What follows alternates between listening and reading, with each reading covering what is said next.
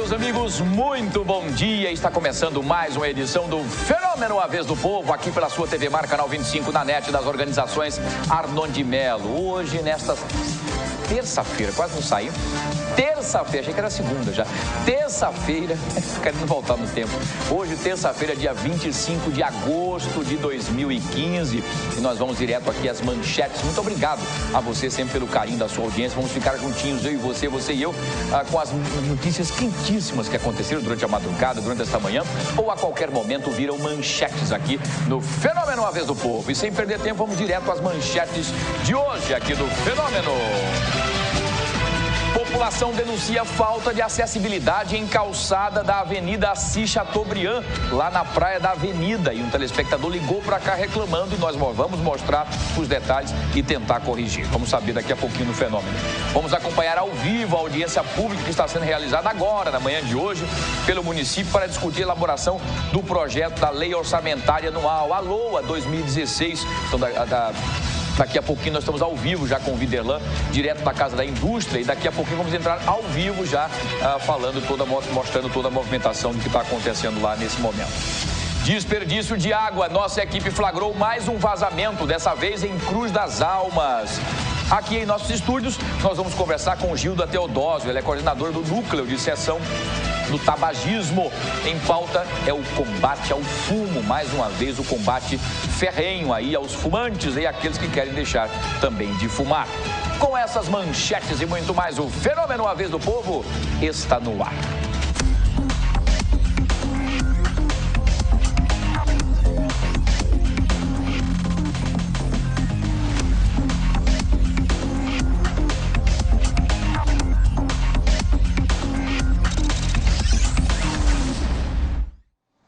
Pois é, estamos começando mais uma edição do Fenômeno A Vez do Povo, aqui pela sua TV Mar, canal 25, na net das organizações Arnon de Melo. São 10 horas e 42 minutinhos. Cadê o Anãozinho? Vamos trabalhar, Anãozinho. Já estamos chegando atrasados. 10 horas e 43 minutos agora nesse exato momento, tá bom?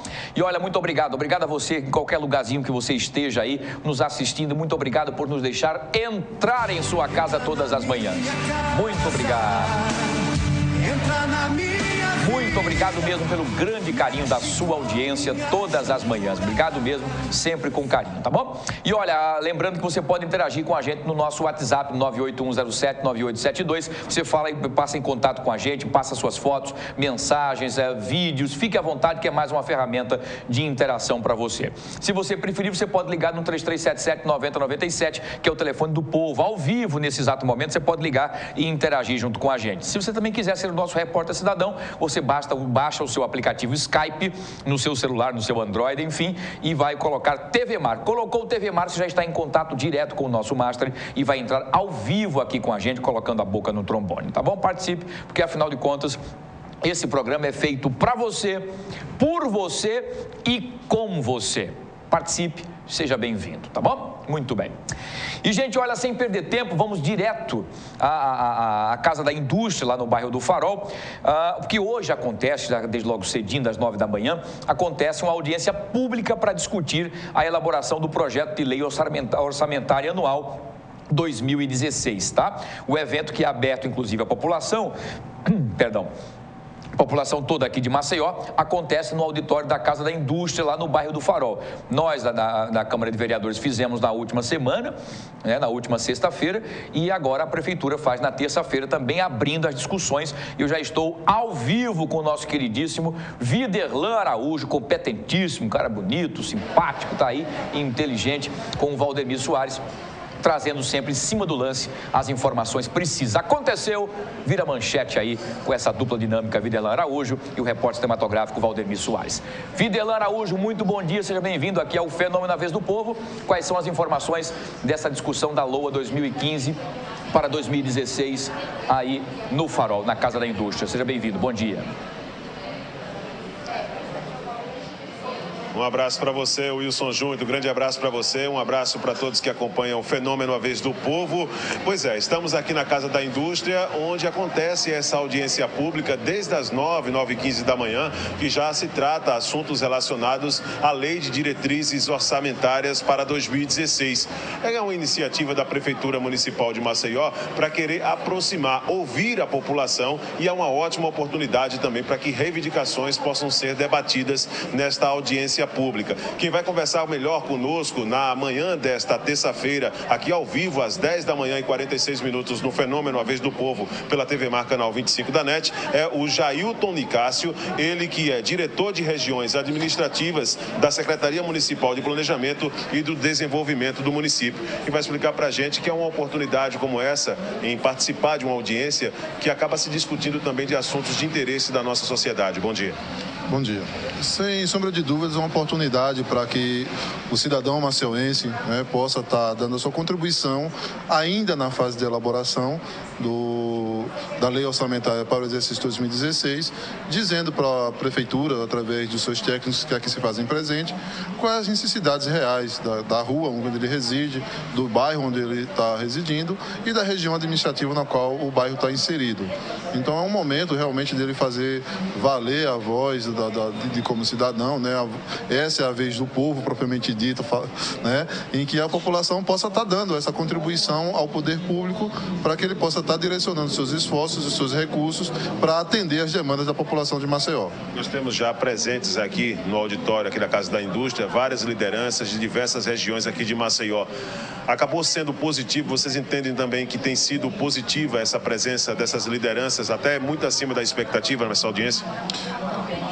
Tem sido uma experiência exitosa, né? Nós estamos nesse modelo de audiência pública fazendo a convocação e ouvindo o povo ainda na fase de elaboração de cada peça, né? Desde 2013, quando a gente estava no processo de elaboração do PPA 2014-2017. Na oportunidade nós fizemos 8 audiências, uma em cada região administrativa de Maceió. E então dessa experiência exitosa de 2013, nós viemos fazendo a cada ano, seja na elaboração da LDO, seja na elaboração da lei orçamentária, no mínimo 2 audiências para ouvir e que o povo possa estar confirmando aquilo que já colocou como prioridade para o PPA do prefeito Rui Palmeira, né? E construindo juntos uma nova Maceió, ou trazendo alguma novidade, alguma demanda nova. Então essas audiências, elas vêm nesse modelo ele vem se confirmando como uma maneira realmente participativa, a população vem amadurecendo, né, vem entendendo que esse é o fórum dela se fazer ouvir, né, e colocar de forma transparente, sem restrições nenhuma, a sua crítica, a sua sugestão, para que a gestão pública possa avançar. Maceió só avançará, só passará a ser a Maceió que todos nós desejamos, se houver o empoderamento, se houver a participação efetiva da população, né? O povo precisa entender que essas audiências realmente é o fórum propício, né? É a vez de eles fazer valer a sua vez como cidadão, como uma pessoa que tem voz e tem direitos perante a Prefeitura de Maceió. Jailton, o que é que mudou nesse método hoje de aprovação da lei orçamentária do município de uma gestão para outra? Ouvir as pessoas ainda na fase de elaboração, né, e submeter essas sugestões dadas pela população para os técnicos dos órgãos competentes. Então, de repente, o cara está em Bebedouro e diz que quer uma reforma do parque municipal. Então, essa sugestão é submetida ao pessoal do meio ambiente, eles vão fazer uma análise de viabilidade econômica e técnica, e eles vendo essa viabilidade econômica e técnica da sugestão da população, isso vai para a peça de planejamento do município, PPA, depois uma LDO e, por fim, uma lei orçamentária, né? Então, a maneira como a gente está tratando com a população de forma transparente, onde ele vai ver que a sugestão dele foi acatada, ele vai consultar isso no site da Secretaria de Planejamento, está dando credibilidade também para que a Secretaria, junto com a Prefeitura, possa estar desenvolvendo esse trabalho. E a respeito da distribuição dos bairros aqui em Maceió, eu acompanhei ali um pouco da sua apresentação, é tudo dividido ali, tem regiões aí sendo denominadas. Eu queria que você falasse de uma maneira ampla, quantas regiões Maceió está sendo dividida para essa audiência ser apresentada para a sociedade? Bom, essa divisão de Maceió por regiões administrativas, ela vem desde 2005, com a aprovação do Plano Diretor de Maceió. Então, com o advento da aprovação do Plano Diretor, Maceió foi dividido em 8 regiões administrativas, né, que vai contemplar aí todos os bairros da capital alagoana, os 51 bairros também instituídos por lei. Então, essas regiões, elas contemplam, de forma de planejamento, um melhor espelhamento, né, para que a gente possa estar atendendo às demandas de cada região conforme as suas características econômicas e sociais. Essa audiência não reúne só a população de uma maneira comum, mas algumas autoridades também estão presentes. Você já poderia citar para nós quem é que já marca presença, por exemplo, nessa audiência aí, para poder tentar debater essa situação da melhor maneira possível? Bom, temos aqui alguns vereadores presentes, mas a figura principal dessa audiência é o povo, é o cidadão. Ele é o nosso mote, é o nosso motivador para que essas audiências aconteçam. Então, a fala que nós queremos ouvir, né, as sugestões, os reclames, é do cidadão maceuense, aquele cidadão que saiu da sua residência lá no Milito Bentes, ou lá no Fernão Velho, ou veio de Ipioca e chega aqui e dê a sua contribuição, não desmerecendo as autoridades presentes, mas o principal protagonista do dia da audiência é o cidadão de Maceió. Esse daqui, o Wilson Júnior, é o Jailton Nicásio, ele que é diretor de regiões administrativas da Secretaria Municipal de Planejamento e do Desenvolvimento do município, está à sua inteira disposição para qualquer tipo de colocação. Wilson, fica à vontade. Muito bem, meu querido Viderlan. Primeiro, mando um abraço para o Jailton aí, que ele fez um jargão muito interessante em relação a essa audiência, que é uma audiência especificamente para que a população participe, que é literalmente a vez do povo. O Jailton conheço, competentíssimo, inteligente, você viu pela explanação que ele fez. Tem muito também a ajudar a Maceió a crescer também com as emendas que serão colocadas pela população de uma forma geral nas áreas administrativas. Então, perguntar ao Jailton se já existem, inclusive, algumas informações interessantes trazidas pelos líderes e pela população de uma forma geral, em que a Prefeitura vai acatar já nessa decisão da Lei Orçamentária Anual 2016.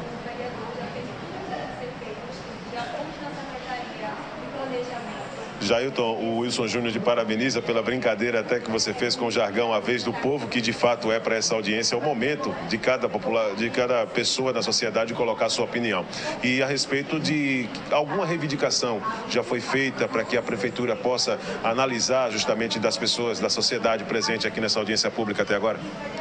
Wilson, agradeço os elogios, mas realmente acalhou que o nome do seu programa é justamente o mote da nossa audiência, né? Fazer com que o cidadão, nesse momento, realmente tenha voz, tenha vez de fazer a sua sugestão, de fazer sua crítica, enfim, dar sua contribuição para que a administração pública possa estar resolvendo os problemas que você bem conhece da nossa cidade. A gente está nesse momento agora de oitiva, né, das sugestões da população, e a gente vai com o maior carinho colher todas essas sugestões, encaminhar para os órgãos que forem pertinentes, para que a gente possa estar até o dia 15 de outubro encaminhando esse projeto que espelhe realmente as necessidades, os desejos do maceuense para a Câmara Municipal, para que ela possa ser apreciada e votada lá.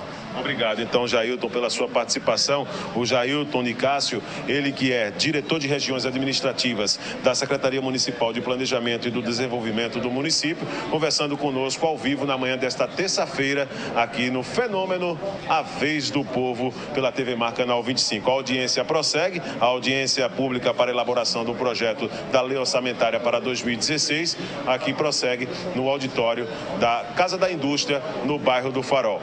Voltamos com você nos estúdios. Fenômeno, Wilson Júnior.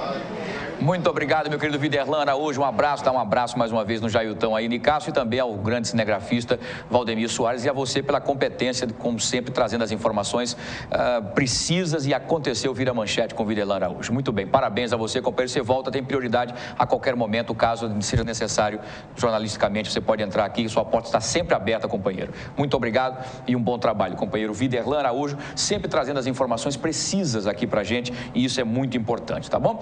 Pois é, então o que o Jailton disse é o que nós estamos fazendo. Nós temos um projeto de emendas que eu coloco desde o ano passado em relação às grotas de Maceió. Nós precisamos melhorar bastante ali a vida daquelas pessoas que são literalmente esquecidas. Porque quando você passa na pista, você não vê quem mora na grota, você só vê a parte horizontal, mas não vê aquela parte onde estão as pessoas que estão necessitando de atenção. Então é muito importante, nós temos aí um projeto para mais de 37 grotas, como escadarias, uma série de coisas, são emendas deste parlamentar e que a população também cobra, né? E é muito importante que todo isso seja ouvido pela prefeitura e seja dado prioridade para resolver e minimizar os problemas, principalmente nas comunidades mais carentes e vulneráveis, que é o mais importante, né? Enfim. Mas, gente, olha, nós vamos também agora trazer o pronunciamento do senador Fernando Collor nessa segunda-feira, que aconteceu na última segunda-feira. O Collor acabou ilustrando no seu pronunciamento com um vídeo em que homens da Procuradoria-Geral da República e da Polícia Federal cumpriam, inclusive, um suposto mandado de busca e apreensão no seu apartamento funcional lá em Brasília. Em seu discurso, o senador reiterou sua denúncia do que houve abuso de poder e arbitrariedade a mando do procurador-geral Rodrigo Janot. Vamos assistir, vamos ver. Há meses eu venho denunciando aqui o perfil dessa figura tosca do senhor Janot, especialmente quanto às arbitrariedades e aos abusos de poder costumeiramente cometidos. A começar pelos sucessivos vazamentos de informações que correm em segredo de justiça, aí eles vazam. E como sempre afirmei, arrimados num evidente conluio criminoso com alguns veículos de comunicação que também são seletivamente por ele escolhidos. Tenta, assim, o procurador-geral buscar em seus atos a guarida constitucional por meio da legitimação da imprensa e a consequente validação da opinião pública. O fato é que durante todo esse período prévio à denúncia, desde as especulações iniciais, passando pelas ilações estrategicamente construídas, até as recentes investigações nas quais não faltaram abusos de toda ordem, como, por exemplo, os fatos ocorridos no dia 14 de julho em minhas residências, inclusive no apartamento funcional do Senado da República, o fato é que, até hoje, sequer fui ouvido para esclarecer as mentiras e os embustes politicamente arquitetados pelo senhor Janot. Daqui mesmo desta tribuna, já disse que por 2 vezes meu depoimento foi marcado e por 2 vezes desmarcado, na véspera dos mesmos. E agora acontece novamente esta leviandade, agravada pelo fato de o procurador-geral já ter apresentado a denúncia, mesmo sabendo que meu depoimento estaria marcado para o próximo dia 28, ou seja, sexta-feira próxima. Meu depoimento marcado para sexta-feira que vem, 8 dias antes, sem esperar qualquer esclarecimento de minha parte, oferece denúncia. E aí eu pergunto, senhor presidente, por que não quiseram me ouvir? Por que não me deram a chance de explicações ainda no decorrer e nos autos das investigações? Como podem oferecer denúncia de alguém sem ao menos ouvi-lo? Esta prática está dentro dos preceitos legais, básicos do direito. Outro motivo que me traz à tribuna hoje é mostrar e provar o abuso de poder e a arbitrariedade cometida pela equipe do senhor Janot a seu mando por ocasião da violação e arrombamento de um imóvel do Senado da República. Refiro-me aos fatos ocorridos no dia 14 de julho durante a ação de busca e apreensão, feita no apartamento funcional de meu uso. Por isso, quando dizem que uma imagem vale mais do que 1000 palavras, gostaria da atenção de todos para o vídeo de 2 minutos que mostrarei aqui e agora na tela do plenário. As imagens e o áudio por si sós traduzem melhor tudo o que eu venho dizendo. Antes, porém, chamo a atenção para alguns detalhes que demonstram o abuso, a prepotência, a arbitrariedade e a falta de respeito com a instituição do Senado da República por parte do grupelho do senhor Janot. Isso se deu na manhã do dia 14 de julho, na porta do apartamento funcional do Senado de meu uso, no Bloco G, na Superquadra 309 Sul.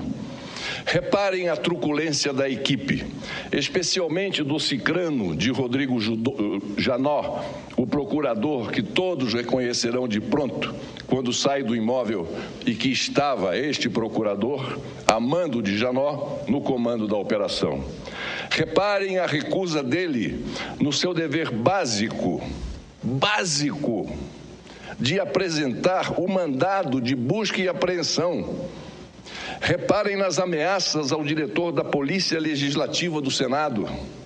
Reparem como sequer se prontificaram, repito, a apresentar o mandado de busca e apreensão, nem tampouco a ler a resolução número 40 de 2014 do Senado, e que tem força de lei nesses casos, que determina que qualquer ação desse tipo em imóvel do Senado Federal tem que ser feita com o acompanhamento da Polícia Legislativa.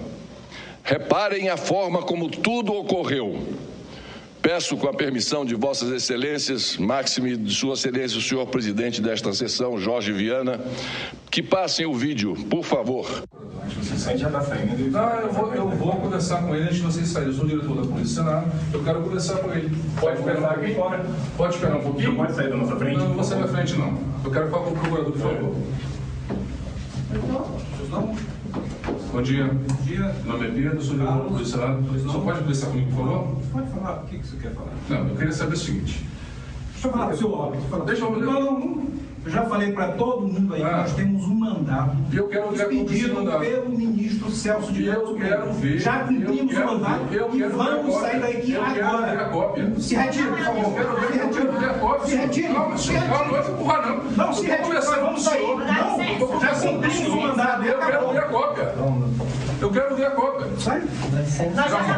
Sai. Eu quero ver a cópia. Não tem. Eu quero ver a cópia. Tem sim, senhor. Porque o senhor aqui não é a cópia do Senado, a residência oficial do Senado. O senhor não aqui é a residência do Senado. A resolução do Senado diz que nós somos. Mas eu tenho que ver o mandato. O senhor não pode. O senhor está tendo uma nulidade no processo. Não tem isso. O senhor tem que mostrar o mandato. Processo no processo. O senhor tem que mostrar o mandato. Por favor, se retire. Vai sair. Por favor, se retire. Eu quero ver o mandato. Não tem mandado. Eu quero ver o mandato. Pode passar. Eu quero ver o mandato. Fecha aqui, gente. Fecha aqui. O senhor está... Peraí, só para eu entender. Agora o senhor está querendo fazer cárcere privado? Eu quero mostrar, eu quero ver o mandato. O senhor está fazendo cárcere privado? Então, por favor, deixa eu falar uma coisa do senhor. A resolução... O senhor não é destinatário. Mas não tem resolução. O senhor não é destinatário. Não tem resolução. Eu estou com a ordem judicial. Eu posso mostrar para o senhor. Eu posso mostrar a resolução para o senhor. Saia que eu quero passar. Posso mostrar para o senhor a resolução? Saia! Não grita comigo. Saia que eu quero passar. Estou conversando com o senhor. Não, o senhor está errado. O senhor está... Eu quero mostrar para o senhor. Eu quero mostrar. Cumprimento de uma ordem. Eu quero mostrar para o senhor a resolução. Não existe isso. Eu quero mostrar a resolução do senhor. Não existe isso. Isso aqui é uma residência oficial. Isso aqui não é residência particular. Que barbaridade. Essa é a realidade do perfil e da conduta do atual Ministério Público Federal. Se assim agem em relação a um representante da população, se assim agem nas dependências do Senado da República, imaginem o que não fizeram nas minhas outras residências a mando do senhor Janot. Mas tudo bem, vamos em frente. Imaginem também o que não podem fazer em relação à privacidade dos ambientes particulares, como na casa de trabalhadores ou em estabelecimentos comerciais, por exemplo. E vale lembrar que essa espetaculosa e abusiva ação se deu com base no despacho do ministro do Supremo Tribunal Federal, Celso de Mello, em que ele determinou que as ações fossem feitas, vejam só, com o máximo de discrição. E mais, ao impedir o acesso e o acompanhamento da operação por parte da Polícia Legislativa do Senado, o senhor Janot, além de descumprir a lei, contradisse seu próprio parecer sobre o assunto, por meio do qual o Ministério Público se manifestou reconhecendo a legitimidade da Polícia Legislativa para cumprir o que determina a resolução número 40 de 2014, especialmente as competências previstas no artigo 266. Isso foi um ato extremamente grave cometido pelo senhor Janot, procurador-geral da República, contra uma instituição da República, contra o Senado Federal, contrariando o que ele próprio escreveu a respeito da resolução que determina como deve funcionar e quais são as atribuições estritas da Polícia Legislativa do Senado Federal. Como visto naqueles lamentáveis acontecimentos, a verdade é que, infelizmente, rebrotando de seu féretro, a equipe do senhor Janot pode, às 5h40 da manhã, mesmo sem apresentar mandado judicial, arrombar apartamento funcional e invadir a privacidade de qualquer senador. Hoje fui eu, amanhã poderá ser qualquer um de nós com assento nesta casa. Por isso, volto a alertar. Até quando vamos permitir esse estado policialesco que a Procuradoria-Geral da República tenta implantar? Trata-se de questão que afeta, sim, diretamente as instituições, a separação dos poderes, o Estado de Direito e que merece, de nossa parte, pôr um freio nesses abusos inomináveis cometidos pelo senhor Janot. As imagens que aqui foram mostradas são a tradução fiel do que é hoje a política de conduta adotada pelo grupelho instalado no Ministério Público Federal, sob o comando de Rodrigo Janot, em que, como vimos, prevalecem a arrogância, o despreparo, a prepotência, o abuso e a arbitrariedade. É assim que eles se sentem, detentores do poder absoluto, acima da lei e de qualquer instituição. Porém, senhor presidente, é preciso perguntar: é esse tipo de Ministério Público Federal que se incumbe da, aspas, são as atribuições que a Constituição lhe dá, defesa da ordem jurídica, do regime democrático e dos interesses sociais e individuais intransponíveis, fecho aspas, como assevera, como já disse, a Constituição Federal? Muito bem, nós vimos aí o pronunciamento e vimos também a maneira como foi feita enquanto aquele senhor pedia: me mostre o mandato. Eu não estou impedindo, eu só quero que me mostre o mandato. Se você tem um mandato de busca, prisão, apreensão ou verificação, enfim, tem que ser mostrado, é lei, né? E não foi isso que nós vimos ali, uma truculência, né, grande, não querendo entrar, e o rapaz apenas dizia: me mostre o mandado, que aí o mandado que eu abro tranquilamente, não há problema nenhum. Enfim. Vamos para o intervalo comercial, a gente volta já. Não sai daí.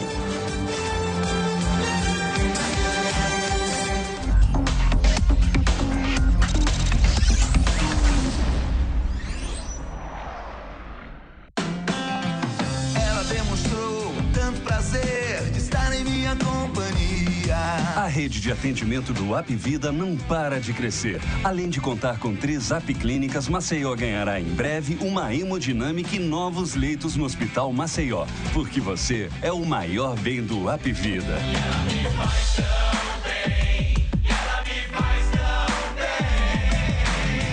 Apvida faz bem pra você. O atendimento a bebês com doenças do coração era um grave problema da saúde em Alagoas. Para mudar esse quadro, o governo do estado criou uma unidade especializada em recém-nascidos e crianças com doenças cardíacas. Um convênio com o Hospital do Coração garante atendimento às crianças e apoio às famílias. Nos casos mais complexos, os pequenos pacientes são operados em hospitais de Recife, Fortaleza e Aracaju, sempre com acompanhamento do Serviço Estadual de Saúde. Você vê uma criança sem diagnóstico, você conseguir fazer esse diagnóstico e conseguir ajudar, isso não tem preço. O pequeno Luiz Guilherme é uma das 30 crianças que estava na fila de atendimento. Foi operado e agora já está em casa. Não tem coisa melhor do que isso. A gente vê o filho da gente bastante saudável, né? Alegre também, né? Não tem coisa melhor. O caminho é longo, mas a saúde em Alagoas está começando a mudar. Governo de Alagoas. Trabalhando sério, a gente chega lá. Tem coisa na vida que a gente nunca esquece. Como aquele café quentinho pela manhã. o abraço apertado daquele velho amigo, a criançada brincando no final da tarde, o cuscuz maravilhoso que a gente sempre quer mais. O nascimento do terceiro filho, celebrado igualzinho ao primeiro. Aquele bolo quentinho e delicioso para comemorar a formatura da sua filha. É difícil esquecer desses bons momentos. Mais difícil ainda é esquecer os sabores que marcaram esses bons momentos. Coringa, forte como o povo nordestino. Todo mundo sabe que a maneira mais eficaz de se resolver um problema é através do diálogo. Falar o que se pensa é muito importante e saber ouvir é fundamental. A Câmara Municipal de Maceió sabe disso e está sempre disposta a ouvir o que você, cidadão, tem a dizer. Por exemplo, você sabia que de março a junho já foram realizadas 19 audiências públicas na Câmara? Estes eventos atraíram ao plenário da Casa diversas autoridades, lideranças comunitárias, especialistas em diversos assuntos, além da população em geral. Todos estiveram reunidos para debater assuntos de extrema relevância pelo bem da nossa comunidade. Temas como crianças em situação de rua, a regulamentação das cinquentinhas, a assistência em saúde mental, a homofobia e a situação das grotas de Maceió. Venha com a gente, participe e vamos juntos fazer uma Maceió cada vez melhor. Câmara Municipal de Maceió, a casa de todos os maceioenses.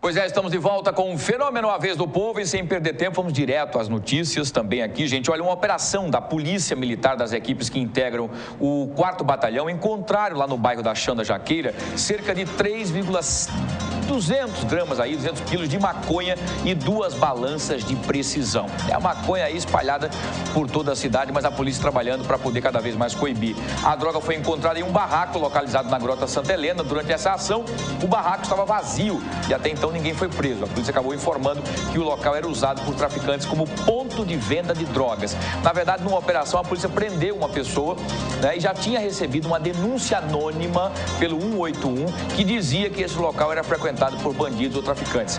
E a polícia foi até o local, mas no momento foi encontrada apenas as drogas e a balança de precisão. As pessoas acabaram fugindo, não é? Porque era um ponto apenas de apoio, um PB, digamos assim, do tráfico de drogas no bairro, né? Mas a polícia foi lá e já deu um bote, já deu um prejuízo aí nos traficantes da região. Olha, uma escola municipal no povoado Canabrava, zona rural de São Sebastião, foi assaltada ontem. O crime foi cometido por 2 homens armados. De acordo com o 3º Batalhão da Polícia Militar, 2 homens se apresentaram no portão pedindo para falar com a direção da escola. Ao entrar na instituição, eles mostraram armas e acabaram roubando 2 celulares dos alunos que ficam guardados na sala da direção. Uma televisão de 39 polegadas também foi roubada pelos 2 bandidos. Testemunhas informaram à polícia que os assaltantes fugiram em um veículo preto, tá, de modelo não identificado. A guarnição fez várias rondas na região, mas até o momento nenhum suspeito foi encontrado. Mas agora estão roubando assim tranquilamente, bate na porta, queria falar com a diretora, tá bom, entrou, assalto, me dê tudo e vai embora tranquilamente. É mole ou o que mais? E olha, após denúncias anônimas, policiais da Ronda Ostensiva acabaram prendendo um homem acusado de tráfico de drogas lá no bairro também do Bom Parto, graças ao 181, que a gente sempre diz aqui, faça a sua parte avisando a polícia, que a polícia vai lá e dá o bote. Com Carlos Henrique Matias, foram encontradas 2 balanças de precisão, 2 facas, 300 gramas de maconha e 2 gramas de crack. O homem foi levado para a central de flagrantes, lá no bairro do Farol, onde foi autuado em flagrante por tráfico de drogas. Mas eles são os pequenininhos que estão apenas tomando conta dessas pequenas bocas espalhadas por aí, né? Mas, enfim, a polícia está no encalço e você, população, está ajudando bastante a polícia no 181. Continue fazendo seu papel, que é importante. E olha, um homem foi baleado também ontem durante um assalto ocorrido no bairro da Cidade Universitária. A vítima, identificada como Elton Barros Miranda, de 39 anos, teve o carro roubado pelos criminosos. De acordo com as informações da Polícia Militar, a vítima foi atingida por um tiro no braço. Ele foi socorrido pelo Serviço de Atendimento Móvel de Urgência, que é o SAMU, e foi levado para o Hospital Geral do Estado, onde acabou recebendo o seu atendimento. Já os assaltantes acabaram fugindo, levando o veículo de Wellington, um Palio de cor prata e placas M de Maria, N de navio, P de Paulo, 5744 do Rio Grande do Norte. Não bastava, já roubaram o carro do rapaz, ainda atiraram nele, por sorte foi no braço, e ele está se recuperando no Hospital Geral do Estado, tá bom? E olha, uma força-tarefa foi montada ontem e segue também nesta terça-feira numa caçada, inclusive, a criminosos acusados de invasão a assentamentos, homicídios e também agressões contra os moradores da região.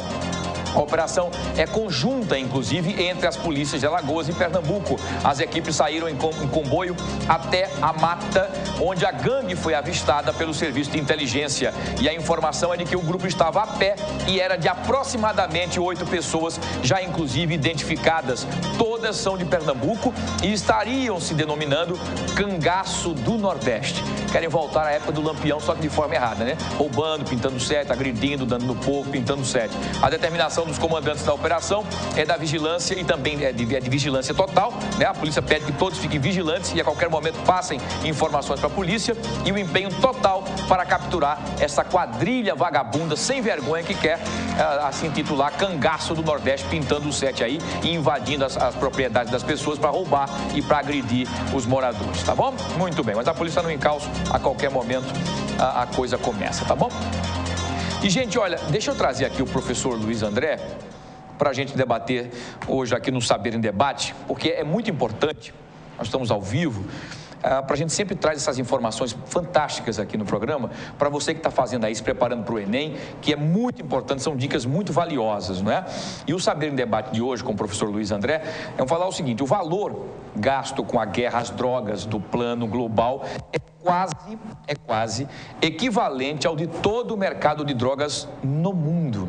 Olha que coisa absurda, A superlotação dos presídios e o custo do encarceramento relacionado ao tráfico, geralmente de pequenos traficantes que acabam se transformando em soldados do crime organizado. São pontos, inclusive, críticos e importantes para vocês analisarem. O Saber em Debate de hoje traz o tema maconha entre a ciência e a sociedade. Qual a razão dessa temática que eu vou perguntar ao professor Luiz André no Saber em Debate, que está no ar?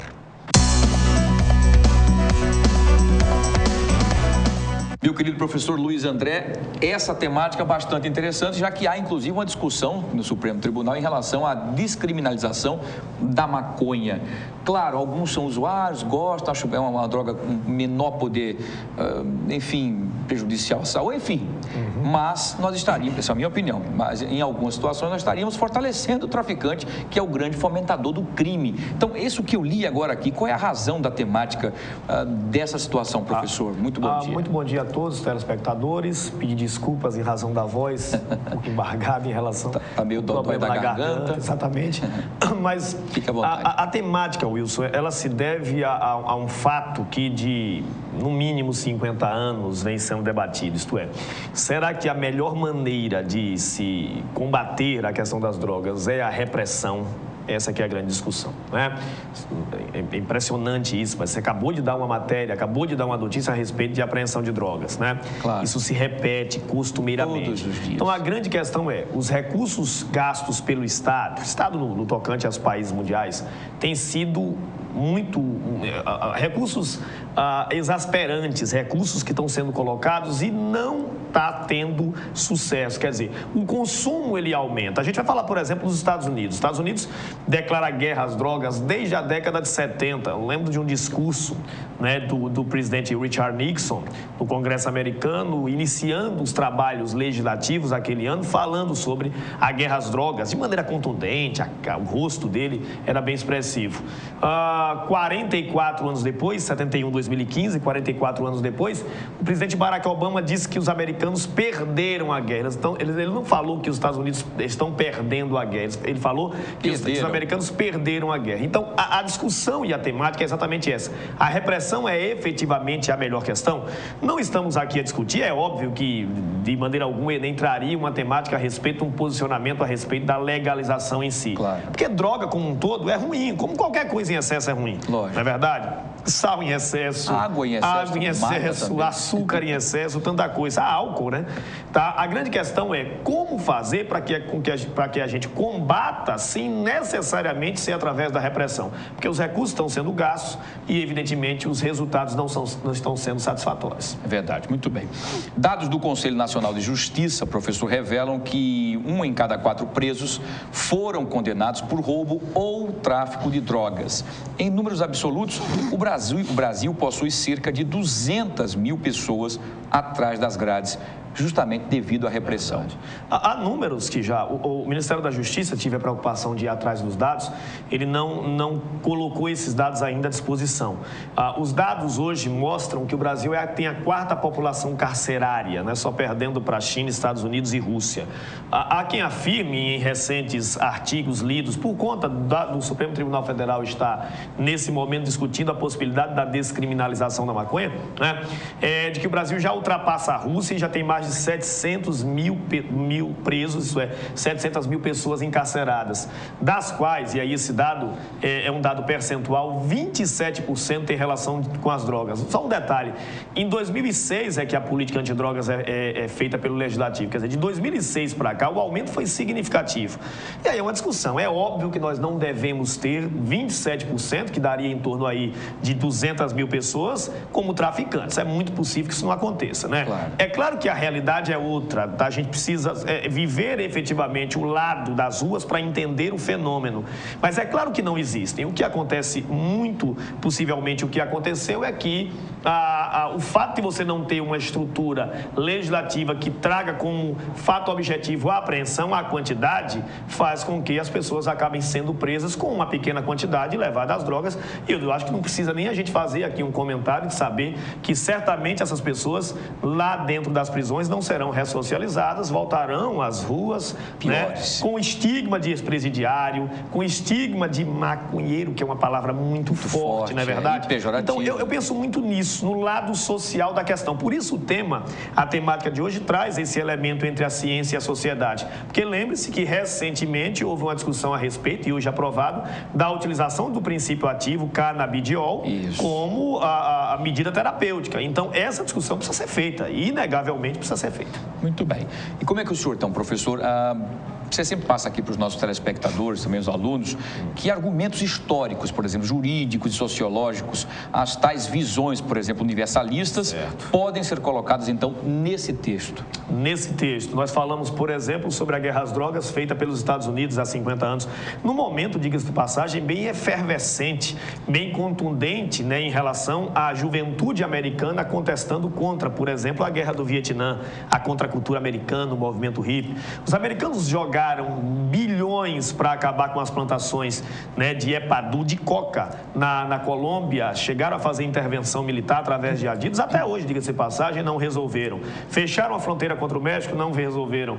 Entraram no Panamá, tiraram, tá, o presidente Manuel Noriega, não resolveram. As nossas políticas também de repressão são políticas que levam ao fortalecimento das polícias e nós não resolvemos o problema. Quer dizer, o fator histórico mostra que a repressão por si só, a repressão é fundamental, mas a repressão por si só não resolve o problema. Esse é o elemento histórico. O elemento jurídico, tá, traz uma discussão que é essa que o Supremo Tribunal Federal está fazendo nesse momento, já deveria, diga-se de passagem, ter finalizado o debate. Começou dia 13, já foi adiado por várias vezes, que é a questão de se basear o artigo 28 da Lei Antidrogas, a Lei 11.343 de 2006, ela está em desacordo com a Constituição, na medida em que uma pequena quantidade, sem perturbar a vida alheia, né, é uma questão de liberdade, por conta do artigo 5º determinar o princípio da intimidade, do direito à vida privada, né? Então, seria esse artigo 28 estaria em desacordo com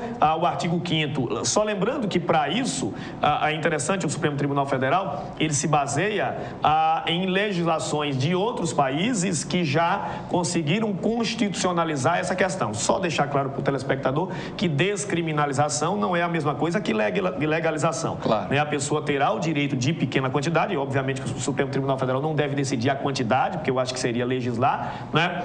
em causa própria, sem atrapalhar a questão alheia. Então seria esse basicamente o argumento jurídico, importantíssimo, diga-se de passagem. Já quanto ao argumento sociológico, certamente tem relação direta com a questão da prisão. Afinal de contas, hoje a gente sabe que a realidade prisional brasileira faz com que a quantidade de pessoas que esteja lá presa seja uma quantidade relacionada a pessoas muito pobres, tem a questão racial que a gente sabe muito bem. Quer dizer, todos esses elementos levam a crer que essa política utilizada pelo governo brasileiro não deu certo. E é interessante como é a política legislativa, né? Você conhece muito bem. A política foi amplamente discutida em 2006, né? Amplamente discutida, eu lembro perfeitamente dessas discussões, e na verdade tomou um destino completamente diferente. Exatamente. Porque era para prender o traficante, o usuário ter uma liberalização, apesar de ser considerado criminoso, né? E ocasionou esse número absurdo de prisões que a gente sabe muito bem leva a outras consequências, como o fato dessas pessoas não serem ressocializadas. Perfeito, exatamente isso. Para finalizar o nosso debate de hoje,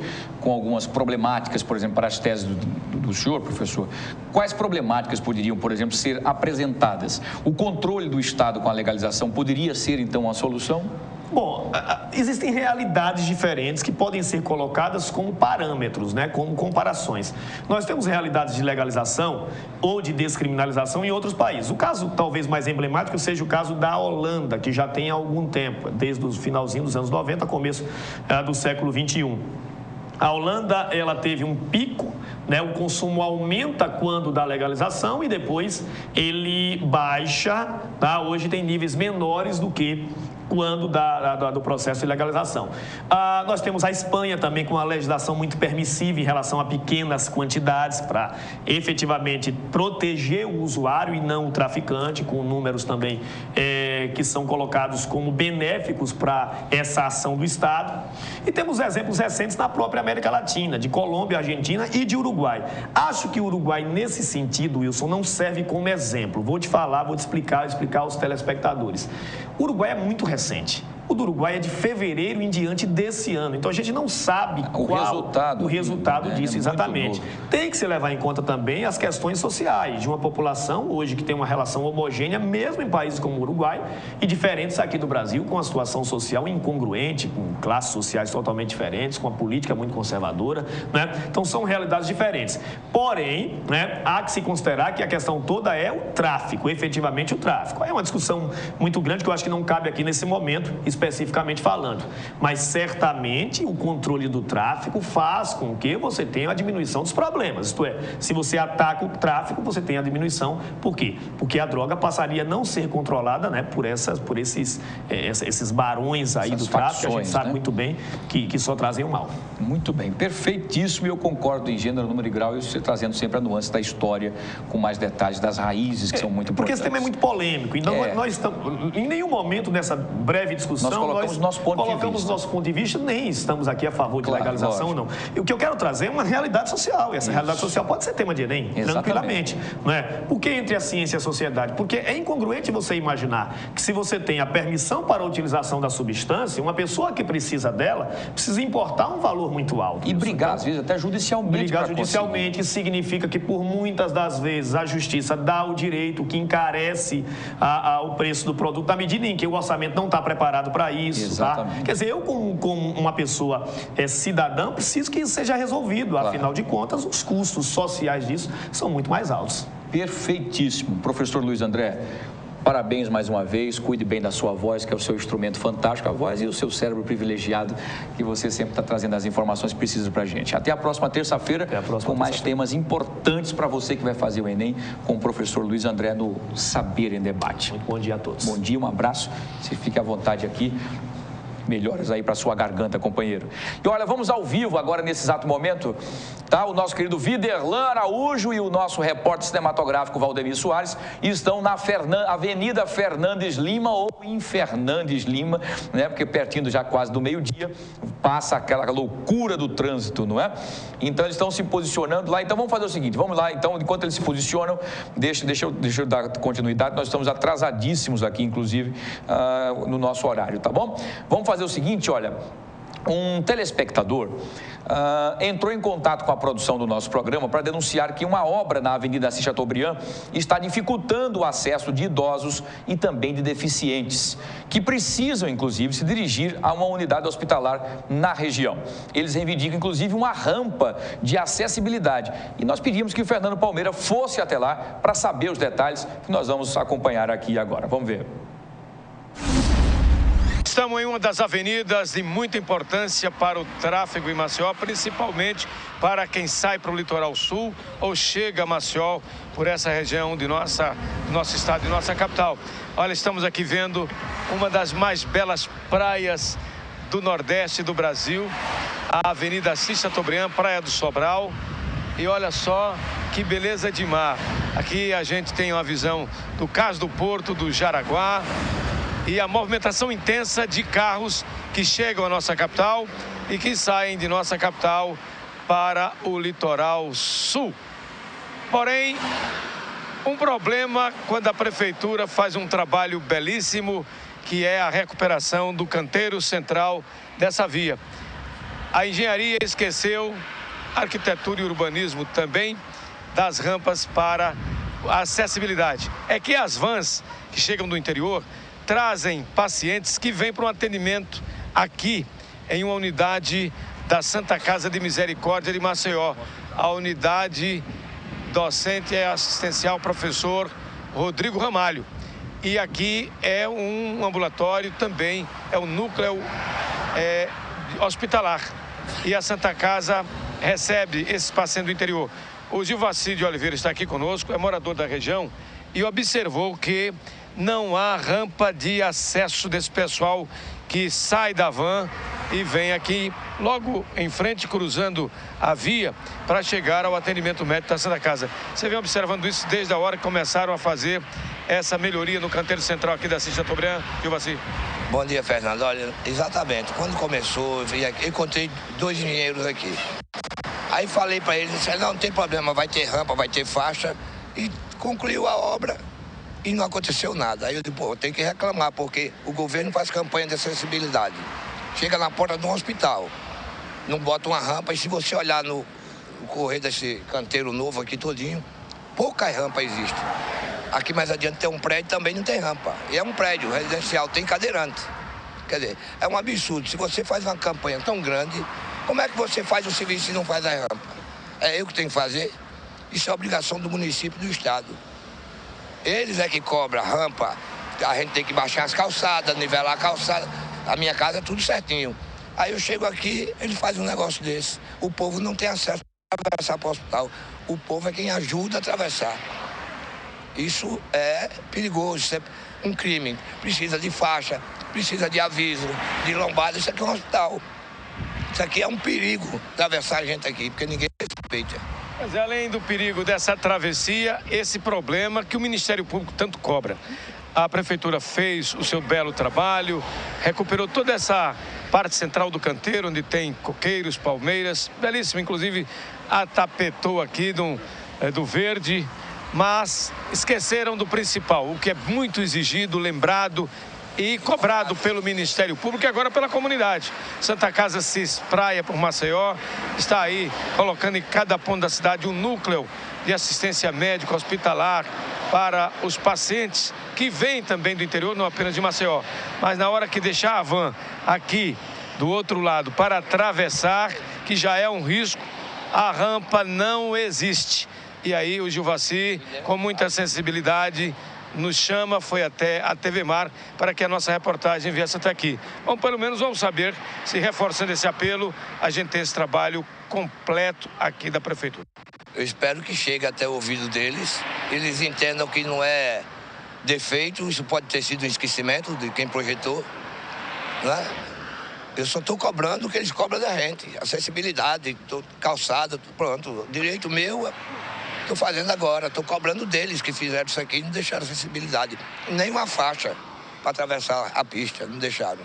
O importante é que a comunidade se manifesta. e se manifestando, a gente tem a obrigação de estar ao lado dessa comunidade para fazer ecoar e chegar até as autoridades uma tomada de posição para corrigir distorções como essas que não podem acontecer. Portanto, Prefeitura, Mãos à Obra, infraestrutura para adotar, Assis Chateaubriand, esse benefício maravilhoso que foi feito no canteiro central da necessidade da acessibilidade com as rampas para cadeirante e também sinalização, que falta muito por aqui, porque aqui é uma via de muita velocidade. Então, todo cuidado é pouco, também aos condutores. E a hora da Prefeitura concluir essa obra, adaptando as rampas necessárias nesse local. Com as imagens do Valdemir Soares, aqui da Assis Chateaubriand, Fernando Palmeira para a TV Maracanã 25, da organização Arnoldo de Melo, na NET. Olha, parabéns ao seu Givaci, que ligou para aqui para na nossa redação, falou com as nossas meninas no nosso 981079872, que é o nosso WhatsApp, tá? Mandou os detalhes, estava sempre preocupado que isso acontecesse. Parabéns pela sua iniciativa. É verdade, eu ainda não consegui, por conta do tempo corre-corre, esse canteiro central fantástico, lindo, maravilhoso, que realmente era a porta de entrada e saída pelo litoral sul, inclusive, da cidade, e estava realmente, durante muito tempo, perdido, abandonado, feio, e agora voltou a ficar muito mais bonito, tranquilo, tanto do lado da praia como também no canteiro central. Agora, nós vamos lutar para isso. Hoje, inclusive, mesmo, eu estarei fazendo requerimentos e indicações, pedindo, inclusive, já que, inclusive, tem até, nós estamos na discussão da LOA, né, que é a lei orçamentária anual, e a lei, depois vem a LDO, a lei de diretrizes orçamentárias também, para poder pedir isso. E uma das coisas que eu mais peço nas minhas emendas é isso, a acessibilidade. Nós não temos um plano, inclusive, nas calçadas. Olha, as calçadas hoje, para quem quiser trafegar pelas calçadas, é quase como se fosse uma Olimpíada, porque tem calçada de 20 metros, aliás, de 20 centímetros, tem calçada de 40 centímetros, tem calçada de 1 metro, quer dizer, a pessoa que tiver dificuldade, a pessoa comum, normal, que ande, normalmente sem nenhuma dificuldade, já tem uma dificuldade horrorosa, porque por conta de você subir, descer, subir, imagina uma pessoa cadeirante ou que tenha dificuldade de locomoção. Então, essa é uma discussão grande, porque as calçadas estão prontas e tem que ser feito, então, um planejamento imenso na relação da acessibilidade. Agora, é um contrassenso terrível, não se pensou isso em frente. Tem a unidade da Santa Casa que recebe as pessoas ali, que geralmente vão para ali com alguns problemas, principalmente os deficientes. Então é necessário que se tenha uma rampa de acesso, porque o cadeirante tem que vir da praia, ele tem que passar pelo calçadão da praia, depois ele atravessar a pista, e como é que ele vai ficar com a pista, o carro vindo, e ele tentando subir aquela altura do canteiro. Então precisaria ter uma rampa ali e uma outra rampa descendo para que ele pudesse tomar o seu destino, e uma outra rampa na calçada onde fica o prédio da Santa Casa. Mas eu vou pedir para a equipe já mandar fotos, tirar fotos, e a gente vai pedir isso. Tenho certeza que a Prefeitura vai nos atender, tá? Vamos ao vivo agora com o nosso querido Viderlan Araújo e o repórter cinematográfico Valdemir Soares. Olha o trânsito às 11h37 ao vivo nesse exato momento. Viderlan Araújo deve estar aí no elevado do CEPA, né, mostrando pra gente aí os detalhes dessa movimentação do trânsito. Viderlan Araújo, é com você, companheiro. Muito bom dia.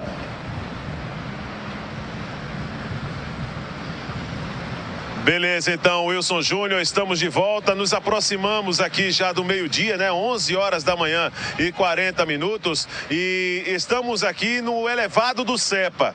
Um dos pontos mais tradicionais aqui de Maceió, que tem inclusive uma linha arterial que acaba levando não só para o aeroporto, como também ao sentido de entrada de Maceió e a saída, consequentemente, da capital alagoana. Essa imagem que o Valdemir Soares está mostrando é com os veículos que vêm da parte alta com sentido ao centro de Maceió.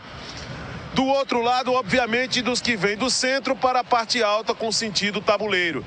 Aqui onde nós estamos nesse exato momento é considerado um ponto importante porque dá uma visão ampla dessa situação, onde muitos condutores nesse exato momento já se dirigem, né, saindo do trabalho, aqueles que têm o horário do almoço às 11 para suas residências ou vice-versa, chegando justamente no trabalho já para poder concluir aquele primeiro expediente, aquele primeiro horário que é o horário de almoço. A parte baixa lá é justamente o do ponto crítico, onde nós mostramos que tem 2 sinais lá na frente até chegar à Praça do Centenário e, consequentemente, dos veículos que vêm da Praça do Centenário, esse sinal aqui que leva também para a parte alta, destino Tabuleiro dos Martins, sempre deixa esse ponto de congestionamento. Agora, o que me chama mais atenção, e para os telespectadores do Fenômeno A Vez do Povo, é a questão da faixa azul, que já foi utilizada desde o ano passado pela Prefeitura Municipal de Maceió, que já é uma cópia também do que já se utiliza nas grandes capitais pelo país. A faixa azul, ela simplesmente sumiu, Wilson Júnior. Não tem faixa azul neste ponto aqui onde nós estamos mostrando. Aí a pergunta que fica, será que pode ou não pode andar nesse trecho que não tem mais a faixa? Neste canto aqui onde tem um ponto de ônibus, não tem mais nenhum sinal da faixa, nenhum resquício, né, da faixa, e aí os veículos acabam transitando, né, por esse espaço aí onde não se deveria, se tivesse uma faixa ali já para indicar aquela condição irregular, onde é táxi, ônibus, tem a obrigatoriedade de transitar. Nesse lado de cá, o lado esquerdo, aí sim, nós temos bem clarinha a faixa azul, né, sendo mostrada, né, bem clarinha mesmo, com vários veículos particulares também para poder fazer o retorno de quadra utilizando deste recurso. É um alerta que fica para a Prefeitura Municipal de Maceió para poder melhorar esta condição, principalmente na visibilidade dos condutores, porque fica aquela dúvida do que pode e o que não pode para poder transitar nessa região, nesse ponto aqui, nas proximidades do elevado do Cepa.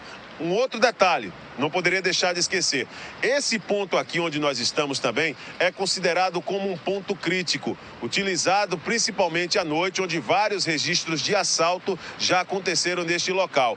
Pergunto para você, meu nobre Wilson Júnior, se fosse depois das 10 da noite, você precisasse, ao invés de correr o risco de passar por um ponto ao outro lá embaixo, e você tivesse que utilizar aqui esse elevado e tivesse um meliante nessa posição aqui, encostado, de bobeira, curtindo aqui à noite, como se não quisesse nada, você teria coragem de passar?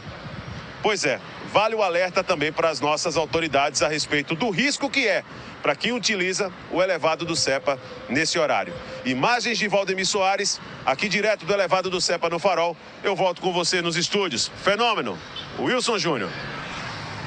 Muito bem, meu querido Viderlan Araújo, muito obrigado pela sua participação hoje, também ao cinegrafista Valdemir Soares também. Aí você está no elevado do Cepa e falou em situações realmente importantíssimas. Primeiro, a questão que nós temos apenas dois elevados, né? O elevado do Cepa e também a passarela, né, do Canaã, que liga o Canaã ao Santo Amaro, que até nós pedimos que fosse reformulado. Logo em 2003 eu fiz o pedido e foi luta, e a Prefeitura atendeu o pedido junto com a SMTT e fizeram uma reforma fantástica, porque realmente estava um risco, tanto para ela cair num carro, como os pedaços caírem, como a pessoa cair também, se cortar com tétano e tudo mais. Mas ela agora está toda reformulada, está toda bonitinha, toda com acessibilidade, tudo certinho, no jeitinho como tem que ser. Mas eu já fiz pedidos para mais 4 daquelas mesmo estilo do Canaã Santo Amaro, que é fácil de você montar, não precisa usar concreto, não gasta tanto, é toda de armação de aço, de ferro, de um lado para o outro. Porque a Fernandes Lima e a Durval de Góes Monteiro são muito extensa, com carros em alta velocidade, e a população que atravessa se arrisca.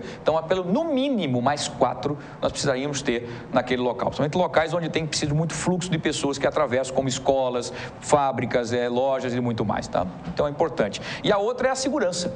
Às vezes, no finalzinho de tarde ou à noite, as pessoas que querem passar pelos elevados ou então pela passarela têm medo, porque sempre, às vezes, ficam 2, 3 vagabundos dentro da passarela, se fazendo de conta está aguardando o mundo, né? E quando a pessoa passa, eles acabam assaltando para levar relógio e celular. Então, pedir à polícia que vai lá, paisana, como quem não quer nada. Fica fazendo de conta está fumando um cigarro e olhando para o vagabundo lá. Quando ele der o bote, polícia, preso o vagabundo, para casa. Para lá para o lugar que você vai merecer, atrás das grades, tá bom? Para fazer com que a população utilize com segurança o seu ir e vir pelo elevado do Cepa ou pela passarela do Canaã Santo Amaro, tá bom? Obrigado, Viderlan, pela sua participação. Mas vamos falar de um tema importante também em relação ao tabagismo, que é considerado pela Organização Mundial de Saúde a principal causa de morte evitável em todo o mundo, gente. Olha, a organização estima que 1/3 da população mundial adulta, isto é, 1,2 bilhão milhões de pessoas, o que muitos fumantes, inclusive, alegam, é a dificuldade de largar esse vício que tanto faz mal, que é uma dependência impressionante. Não deixa de ser uma droga e é uma droga também, tá bom? Então, pois é. Então, só para vocês entenderem, no próximo dia 29 de agosto, é celebrado o Dia Nacional de Combate ao Fumo aqui em Maceió. Existe, inclusive, também aqui em Maceió, um núcleo de cessação do tabagismo. Cessação para você parar, cessar, acabar de vez com esse vício horroroso de fumar, que tem ajudado, inclusive, muitos maceioenses a parar de fumar. Para contar um pouquinho mais sobre esse trabalho, nós estamos recebendo com muito carinho hoje aqui em nossos estúdios a minha querida amiga Gilda Teodósio, que ela é a coordenadora do Núcleo de Cessação ao Fumo.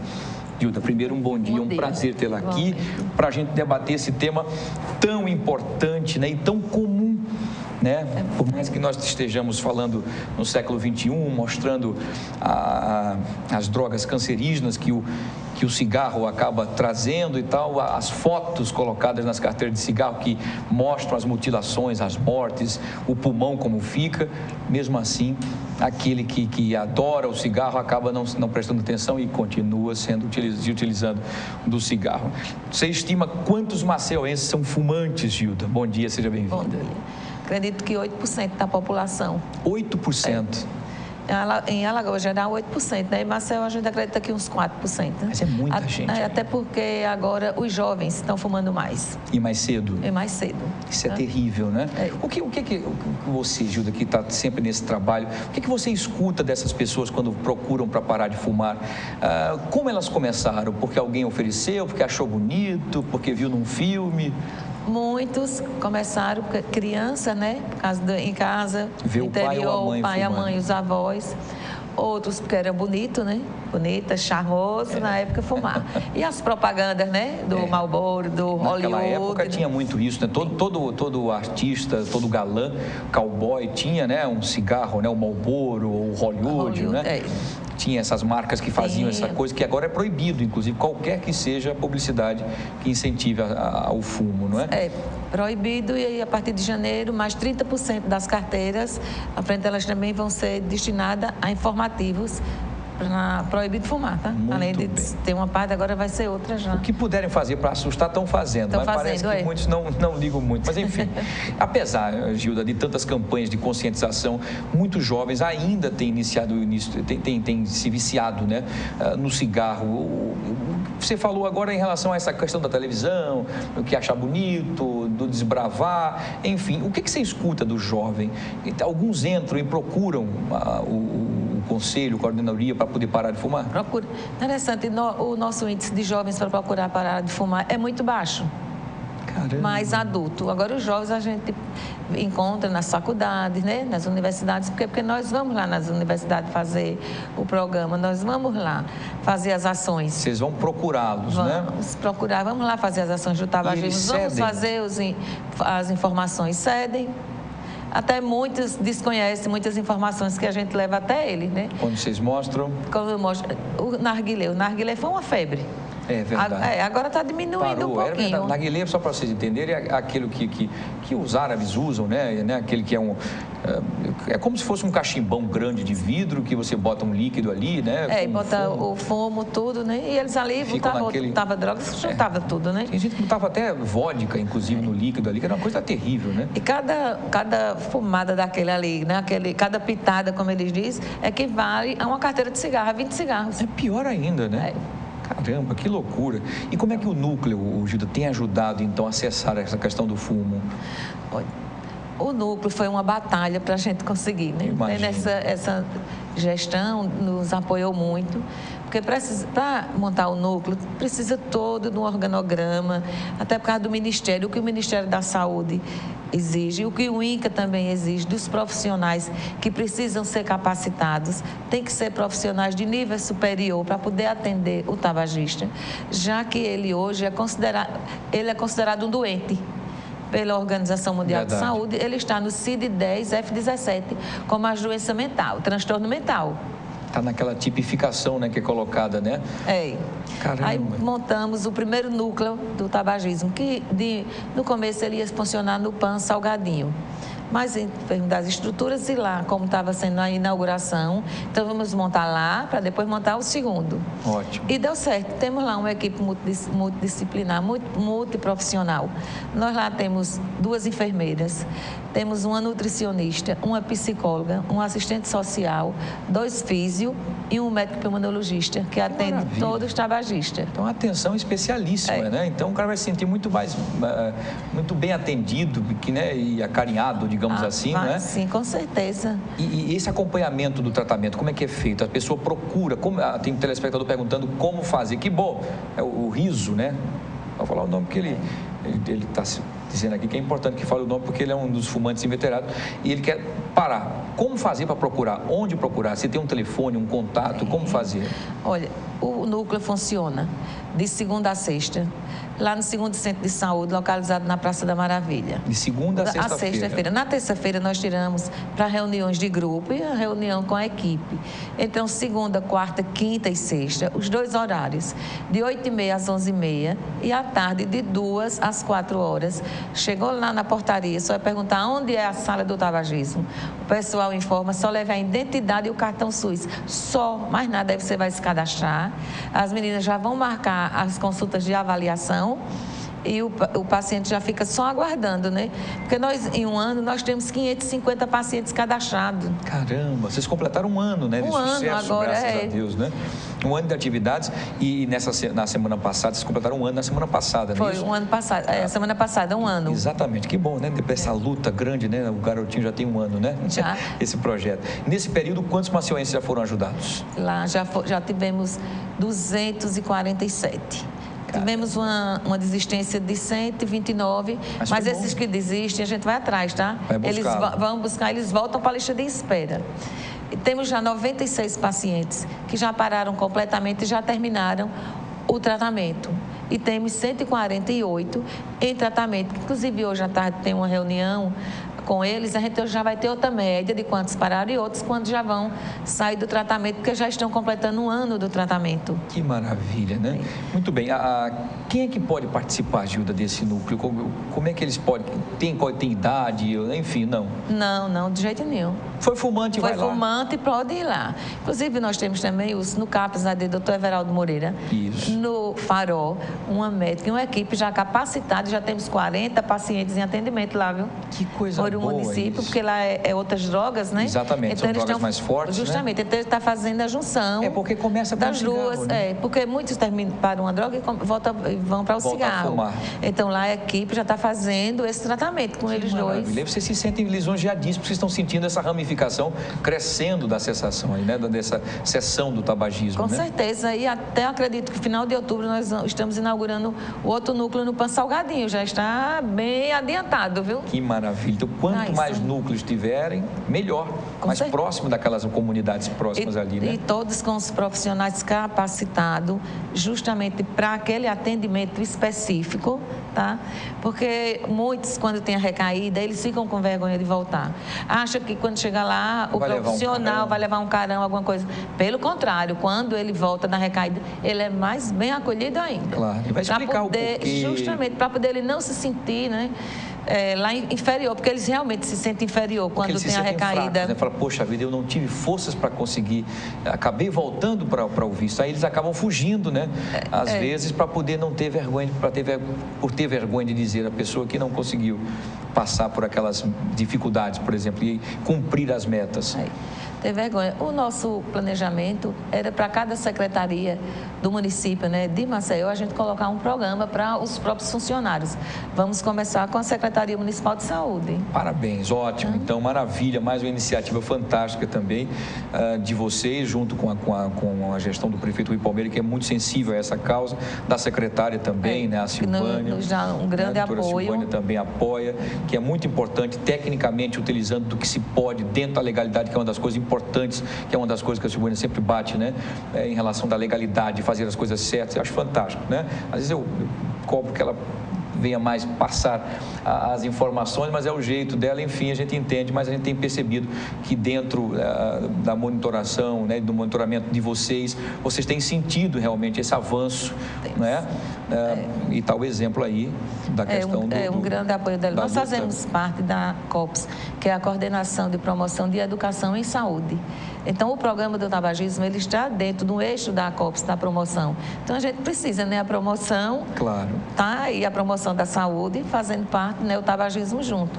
Que na realidade, a gente não só fica nos núcleos. Nós vamos para as empresas também fazer as nossas palestras. Construção civil. Tudo, saúde do homem. Amanhã vai ter um grande evento aqui no Jaraguá, que é a Associação dos Taxistas, e nós somos convidados para fazer parte amanhã, e vamos lá, tá lá dando a nossa contribuição em termos do tabagismo com a saúde do homem. Maravilha, geralmente é muito bom, eu acho fantástico. Estejam próximos de quem está com esse vício terrível do cigarro. Até porque é uma guerra de perseguição também aos fumantes, né? Você vê ele num restaurante, ele tem que levantar para fumar na porta, não tem mais nenhum lugar aberto aceito mais que se fume. Quer dizer, as carteiras vêm com fotos terríveis para você colocar em cima de uma mesa ou do seu escritório. Enfim, há uma perseguição grande, não ao fumante, mas enfim... ao passivo, a utilização, porque a gente acaba recebendo. E é importante falar isso, porque nós que não fumamos, se tiver um fumante aqui, nós ao respirarmos a fumaça dele é muito mais nociva do que a que ele está tragando, né? Do que o ativo. A Organização Mundial de Saúde disse agora, em um relatório, que o fumante passivo já está a segunda causa de morte, né? Primeiro ativo, segundo passivo. Ele já deu uma subida. Que era a terceira, já está na segunda. Muito bem. Então, a lei 12.546, que foi regulamentada o ano passado, né, no dia 31 de maio, ela veio justamente para isso, para proteger o fumante passivo. Claro. Não é para perseguir. Eu canso de dizer, pessoal, ninguém está perseguindo o fumante. Porque o fumante, ele fica muito nervoso. Fala, porque ninguém não posso mais fazer nada, já fica nervoso e tal, né? Enfim, mas eu falei a expressão de perseguição, mas não é isso. Na verdade, é uma maneira de fazer com que você sinta que é tão ruim que nem em todos os lugares você pode fumar também, que você prejudica o seu companheiro, o seu amigo, a pessoa próxima, não é isso? É verdade. Acabou, né, os fumódromos, né? De vez em quando a gente recebe umas denúnciazinhas, aí a gente é vigilância, passa lá para vigilância, né? Porque o pessoal acha que somos todos nós na Secretaria de Saúde. Tudo, né? Eu digo, não, essa parte aí é vigilância, né? Que eles aí que tem que ir lá e fazer, vão lá, faça a denúncia. Não, a denúncia você não precisa se identificar e vão lá que o pessoal vão atrás. Claro. Outra questão que eu esqueci, estou me lembrando agora, também estamos com apoio na unidade de saúde Aliomar Lins, lá no Benedito Bentes, com a equipe do NASF, já com atendimento de 20 pacientes tabagistas. Que maravilha, ótimo isso. E com a médica lá, a Joelma, também capacitada, e fazendo esse atendimento, né? Específico então, só para isso? Só para o tabagista, eles só estão atendendo ele. Então, ótimo. Estamos começando e vamos colocar em outras unidades de saúde. Em outros distritos, né? Aí, mas tem que ser aos poucos para poder, claro. Até porque a capacitação, a gente precisa que os profissionais queiram, se envolvam, né?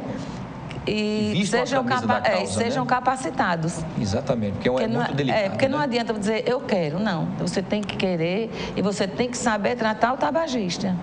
Tá? Você tem que acolher ele como você vai acolher um filho. Exatamente, muito bem, Gilda, perfeito. Primeiro, parabéns por esse amor ao que você está fazendo aí. A gente percebe que você fala com tanta propriedade, a satisfação de ver 200, 3, 4, 5, que seja, que deixe de fumar e de se matar, de matar outros, né, por ser o fumante passivo que estiver próximo, né, do fumante, enfim.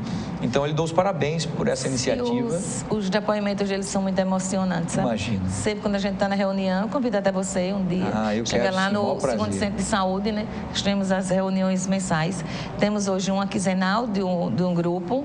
E no dia 2 e 3 de setembro nós estaremos lá, sempre à tarde, que vai ser na terça e na quarta. Está convidado para poder você ir lá e ver, conhecer o grupo. E você ver os depoimentos, você vai ver como é gratificante você ver. Como com certeza, como foi gratificante a gente sentir uma filha, chegar lá e chorar, porque o pai tinha morrido de câncer. E a mãe, quando viu a gente na propaganda fazendo, né, o chamado, ela escreveu a mãe estava parando de fumar, então ela chorando lá, dando o depoimento dela emocionada. Então isso pra gente nos emociona também, viu? Claro, lógico, a missão cumprida, a gente fala assim, poxa, eu estou fazendo a minha parte, pelo menos uma vidinha aqui eu vou salvar, eu vou ajudar a quem precisa. E saber que a gente lutou um bocado, né? Agradecemos também a Vetrúcia no estado, tá? Porque é a nossa pioneira, né, no estado. Exatamente, é verdade. E ela foi quem nos capacitou, né, deu a nossa capacitação, e sempre quando a gente tem alguma dúvida, tem alguma coisa, a gente tem que recorrer a ela. Vetrúcia, nos socorra, nos socorra. Tanto a ela como a Dilma, hoje que estão as duas lá na promoção da saúde, né? Então, no estado de Alagoas. Temos que agradecer a ela também, a Vetrúcia. Bom, passando aí esse ofício fantástico de também salvar vidas no âmbito do município de Maceió. Isso é maravilhoso e capacitou muito bem vocês. Parabéns, tá? E parabéns por todos os motivos, pela iniciativa, pela vontade, pela garra e pelo aniversário de 1 ano. É verdade. Né? Então, extensiva a todas as suas amigas, colegas que trabalham dedicados a fazer com que parem com esse vício terrível que é do fumo, né? O combate aí ao cigarro, ao fumo em todas as suas nuances. É verdade. Parabéns, Gilda, muito obrigado pela sua participação. Fico muito feliz, sempre que precisar, esse espaço está e estará sempre à sua disposição. Tá certo. Só agradecer, né, a você, ao pessoal, agradecer quem está nos ouvindo, que vão lá na Praça Maravilha, vão lá, procurem, não tenham vergonha, que lá vocês vão ser bem atendidos. Lá tem o sigilo, tá? Não se preocupe. Cada paciente é atendido, tem a reunião de grupo, mas se houver a necessidade de o paciente ser atendido individual, ele vai para um atendimento com a psicóloga, ele vai para um atendimento com a nutricionista, porque tem a questão de não querer ganhar peso, mas ela está lá para ajudar, como tanto o restante da equipe que está lá para esse acolhimento. Muito bem. A equipe pronta para atender em todos os sentidos, com muito carinho, com muita dedicação, para que você volte à sua vida normal, sem ter que estar inalando essas fumaças cancerígenas e terríveis que fazem mal à sua saúde e à saúde de quem você ama que está próximo, tá bom? Obrigado, Gilda, mais uma vez, tá bom? Conversei com Gilda Teodósio, coordenador do Núcleo de Cessação ao Fumo, completando 1 aninho na semana passada e já começa a se ramificar no bom sentido em várias partes da cidade para trazer essa oportunidade para quem quer parar de vez com esse vício horroroso do cigarro. Obrigado, Gilda, uma boa tarde para você, um sucesso grande e sempre, como eu já disse, se precisar, esse espaço está à sua disposição, tá bom? Um abraço grande, extensivo a todos que fazem esse trabalho maravilhoso. E aqui por nós hoje, vamos encerrando o programa por hoje, né? Mas amanhã estaremos de volta a partir das 10h30, estaremos de volta com o Fenômeno A Vez do Povo. E já sabe, se tiver muitos amigos, eu faço parte deles. Mas se um dia tiver apenas um amigo, podem ter certeza que esse amigo sou eu. Fiquem todos com Deus, uma excelente tarde e até amanhã, se Deus quiser. Beijo. Tchau, tchau.